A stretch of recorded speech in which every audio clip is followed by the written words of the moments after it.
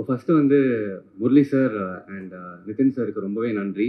என்னை நம்பி இந்த ஒரு வாய்ப்பு எனக்கு குடுத்ததுக்கு. அண்ட் நான் எப்படி இந்த படத்துக்குள்ள வந்தேன்னா, அருண் சார் வந்து ஃபர்ஸ்ட்டு நான் நேர்ல போய் மீட் பண்றேன். மீட் பண்ணும்போது அவருக்கே பெருசா நம்பிக்கை இல்ல.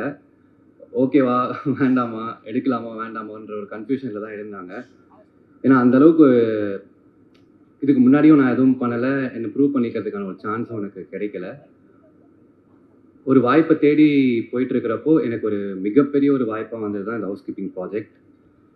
இந்த ப்ராஜெக்ட்ல நான் வந்ததும், என்ன நான் எப்படி மோல்ட் பண்ணிக்கிறது? ஏன்னா, எல்லாம் டெய்லியுமே நான் கத்துக்க வேண்டியதா தான் இருந்துச்சு. இன்னைக்கும் நான் கத்துட்டு தான் இருக்கேன்.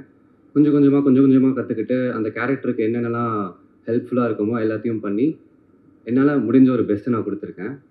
அண்ட் கூட நடிச்சவங்க ஹரிபாஸ்கர் ப்ரோவா இருக்கட்டும். அ அ எப் அந்த செட்டு மாரியே இருக்காது. ரொம்பவே கம்ஃபர்டபுளா எல்லாருமே ஆல்மோஸ்ட் ஒரே ஏஜ் கேட்டகரின்றதால, ஒரு காலேஜ் மாரி தான் இருந்துச்சு.